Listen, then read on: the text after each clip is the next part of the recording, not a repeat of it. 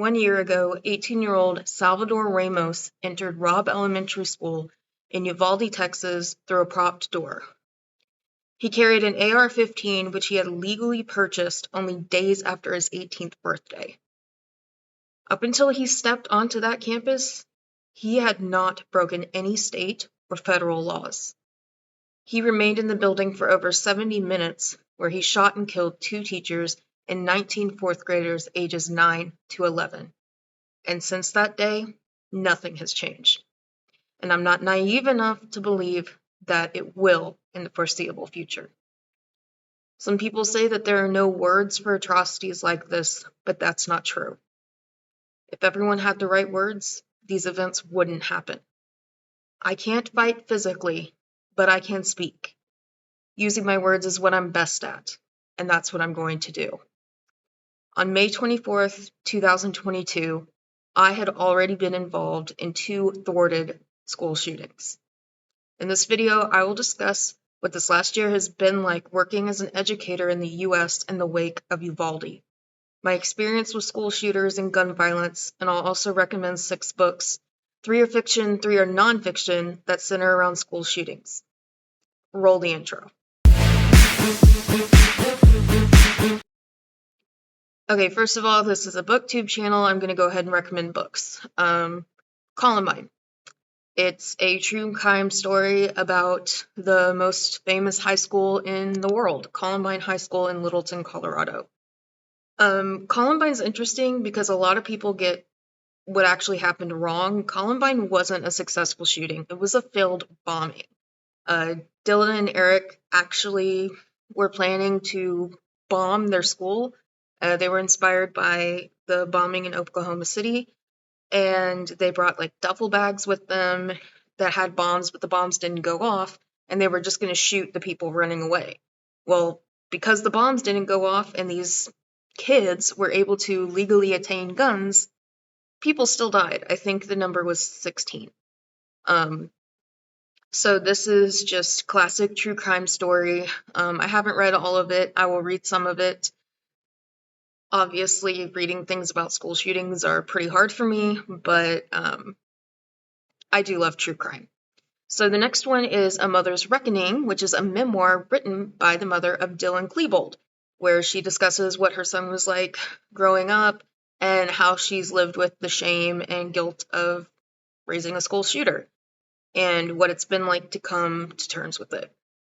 The third book is Why Kids Kill. That's inside the mind of school shooters. This is a psychological study about why children turn to gun violence. All right, fiction, my favorite kinds of books. Our Hearts Will Burn Us Down. That's a novel that takes place just after a terrible school shooting where 4 teens who are on the yearbook staff have to set up the yearbook during the year of the school shooting, and during this time, families of the victims are having their houses burned down. All right, this is where it ends. This is a novel that takes place over the course of 54 minutes, so what we call in film in real time, where 4 students must confront their greatest hopes and darkest fears as they come face to face with a boy with a gun. And then 19 minutes. This novel is about a small New Hampshire town that is rocked by a school shooting. It's actually on Kindle Unlimited, so I will be reading it very soon. This is where the townspeople kind of struggle with truth versus illusion of what actually happened that day.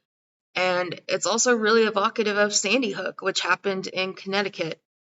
But this book was actually written 5 years earlier, and I doubt that Adam Lanza read it, though, because he really just does not seem like the type of person to read, or was the type of person to read fiction. Now for the tough part. Let's talk about the school shootings I've been involved in. I work the inner city, so I'm surrounded by gun violence every day. I hear gunshots all the time at work, and I know this sounds startling to people. It actually doesn't alarm me unless the school goes on lockdown. The only time I've heard gunshots and been scared was a few months ago. My class window was open, and I heard bang, bang, bang, and a girl scream was like, bang, bang, bang, and she ran away. And that kind of scared me, so I just closed my window and continued teaching But we didn't go on lockdown, so I was kind of fine the rest of the day. There are 5 instances that stick out in my head. I've actually been in too many lockdowns to count, but many of them were not active shooter situations. The ones I'm about to talk about were active shooter situations or were going to be active shooter, but were thwarted. So I'm going to go in order of how they happened. So last year, there was a big war between the volleyball team and the drill team in the cafeteria that kind of spiraled out of control. And then somehow, I guess people were like texting their parents, and their parents got let into the school, and the moms like of the kids in the fight started fighting each other. And somewhere 2 guns were involved. One parent had a gun, but we got them off campus, and a kid had brought a gun to school that day, like to prepare for the fight. We also had kids with pepper spray. Someone got pepper sprayed. I got pepper sprayed trying to break up the fight. But yeah, so the gun that was taken away that morning, it was confiscated, and then a hall monitor gave it back at the end of the day. The hall monitor is from this area, and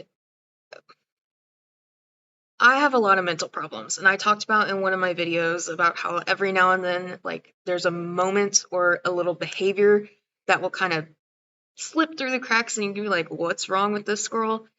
I kind of noticed that too with people who come from either really small towns or places surrounded by violence who, quote, got out. Something like this will slip through, and I mean, while it's so obvious to me, you don't give guns back to children. At the end of the day, she did it for whatever reason, and thankfully got fired.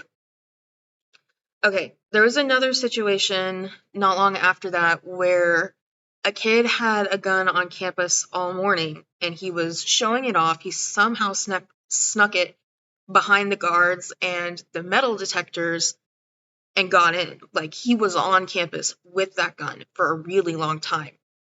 And then one girl got scared and called her mom. She was like, Mom, come pick me up. There's a kid with the gun. Well, Mom decided to call the school and tell her we went into lockdown. They confiscated the gun. The kid was arrested for carrying underage, and he was sent to juvie. So thank God for that parent. But that is why we sometimes can't trust our students, because they're afraid to be snitches. Almost all the students knew about it. Teachers didn't know until, thank God, a parent called and said, hey, you've got a gun on campus? Give me my kid. Get him out of there. And God knows how many lives she saved that day. Okay, so this was an active shooter situation I'm about to talk about. This was back in September. It was like the very end of the school day. We go from 9:10 to 4:30. This was at like 4:20. So there were already kids outside because some kids get off early. And there was an incident where somebody drove by, stepped out of the car with like a big gun, fired a couple shots. One kid got hit, but then he was scared away by the officer. We have armed guards at our school. So we went into total lockdown. The kid was hurt really, really bad. Rumors were getting around, like, we knew it was an active shooter situation. Like, we knew there was a shooter somewhere on campus. And he got away. He ran back into his car and drove off. So he was at large for a while, and we actually had to take some really intense safety precautions after this. But that was my first active shooter situation, and I remember just being really calm. They kept us here until like 5:15, really, really late. And I heard footsteps. My door would unlock quickly because the admin was like running up and down the hall and like forced kids inside my room that she found in the hall. So that would kind of startle me. But honestly, I think my students were more scared than I was, because I think having the kids in there and having to protect the kids gave me sort of like some illusion of control. I sat my desk up against I locked my door, sat my desk up really close, almost like a barricade. Um, and I sat at my desk and I said, guys, you get behind me. So I was going to be the first person if a shooter got into that room. If he got there, I was going to be the first person that he saw, and I was ready with my scissors, and I just felt really calm. Like, this is what I need to do. I'll do it. I don't really like to talk about the situation, but because I'm never quite sure if I overreacted sitting there with my scissors, like right next to me in case someone came in. But the reality of the situation was there was an active shooter on campus. We didn't know where they were, and he could have come in at any moment. So that was my first active shooter situation. Okay, so the next situation involving a gun actually involved two of my personal students. One kid, two kids actually, had planned on killing a student. And again, the gun got on campus, but we saw that the kids were like not in their proper spot. There's only certain areas that they could enter the school. And these two kids are sophomores, and they were like on the other side of the building. And we're like, what are you doing? You don't belong here. Go check in. So the hall monitor got them back to the entrance, and the kid didn't want his backpack searched. We searched their backpacks and we metal detect them. They go through a metal detector when they come in. He didn't want his backpack searched. The person who was on duty that day got his backpack, found a loaded gun, found out how he got into the school. We went on lockdown. The kid was arrested. Disaster averted. But the kid who physically had the gun got sent to juvie. The one who let him in the school at an entrance that they weren't supposed to be at, he opened the door for them and let them in. He just got sent to alternative school for like 2 months. And personally, I think he should have gone to juvie too. I think he should have been charged with conspiracy to murder. And I know that kid actually really, really well, and he's not stupid. The one who had the gun does have special needs, and he's very easily influenced. And the kid who let him in, I am like 85% sure that he took that role so that he wouldn't be the one to have the gun. Like, he's just smarter than that. That kid would not bring a gun on campus. He knows better. But he wanted someone dead, so he let his friend in. And there we go. So the last one that really sticks out in my head that was not a lockdown, that was a total active shooter situation, was when there was a shooter kind of in the woods sort of nearby the school, and it's actually really close to where my classroom is. My classroom window kind of faces the woods. Like, it's still technically on campus, but we don't let you go out there. Like, it's just too far away from the entrance. So many cops showed up as soon as we got just the notification that, someone's right by the school with a weapon. And I remember going and kind of peering out the window as I was closing my blinds, and it honestly, to me, it just looked like dozens of police cars, and the reaction was so quick. And this guy jumps out of his police car, opens the trunk of his car, grabs like an AR-15 or an AK-47, and that's when I just shut the blinds because it freaked me out.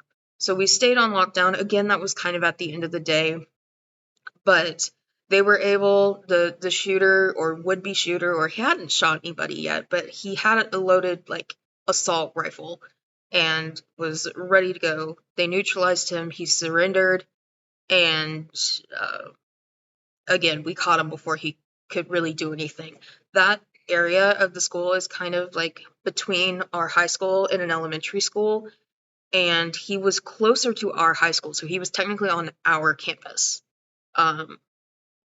But he was also really close to, I'm saying I don't know who it was, but he was honestly to us, but there's also a middle school. I mean, not an elementary school down there. So yeah, 2 active shooter situations, too many lockdowns to count, three instances where 3 instances with guns that weren't active shooters, and 2 active shootings that stick out in my mind. A couple of them were before Uvalde. The last 3 I talked about happened this year. And just working in the inner city, we're around the gun violence all the time. But the truth of this matter is that Second Amendment activists propagate gun violence. The police response in Uvalde was atrocious. Our police response here has never been like that. They have always been ready to go, set for action, let's go. And the police response in Allen, which is in my area, I work in Dallas, the police reacted immediately and still 8 people died. It's the guns and the people who love them that are killing kids. And what is ironic to me is that so many of these 2A fundamentalists are like hardcore Christians. And I do think Christianity's teachings can stir up the whole eye for an eye attitude, especially in people who suffer from that kind of binary thinking. Like, there are people who love Jesus and there are people who aren't, and you're never anything in between. Christianity can exacerbate that ideal. And speaking of Christianity, I have read the Bible front to back twice, and when I was going through my deconversion, I already kind of knew there was like slavery and terrible things towards women, but I was not prepared for the weirdness. And a story that stuck out to me was a story about the Moloch in the Old Testament. The Moloch was a demon that was worshipped by people in the Old Testament, and he was human looking, but his belly was like an open flame. And he was usually made of bronze, and his arms were like outstretched, welcoming the fire. And the people who worshipped the Moloch would sacrifice children. So families would allow their children to pass through the fire and be burned alive to secure favor and prosperity and live a better life. They would sacrifice their children. So this is from Leviticus 18:21. I'm going to look over and read it. You shall not give any of your children to offer them to the Moloch, and so profane the name of your God. I am the Lord. So Moses was preparing the 3-hour meeting coming up. Anyway, Moses was getting the Israelites ready to enter Canaan, and God was telling them, hey, these are what they do. And so this is a Leviticus 21:5, where God says to Moses, again, you shall say to the children of Israel, whoever the children of Israel or the strangers who dwell in Israel who gives any of his descendants to the Moloch, he shall surely be put to death.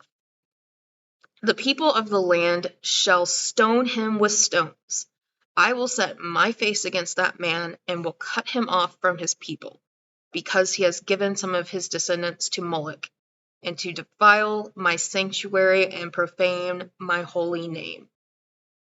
And it's actually by theologians or people like biblical study people that maybe when Abraham was sacrificing Isaac, God was testing to see whether he would do the same thing as the ones who worship Moloch. And Abraham was going to do it, but God was like, never mind. Christianity, America, slavery, guns. If slavery was America's original sin, guns are our incumbent sin, gun violence. You may think that guns save more lives than take them, but that does not make gun violence tolerable. In the Bible, people sacrificed children to the Moloch.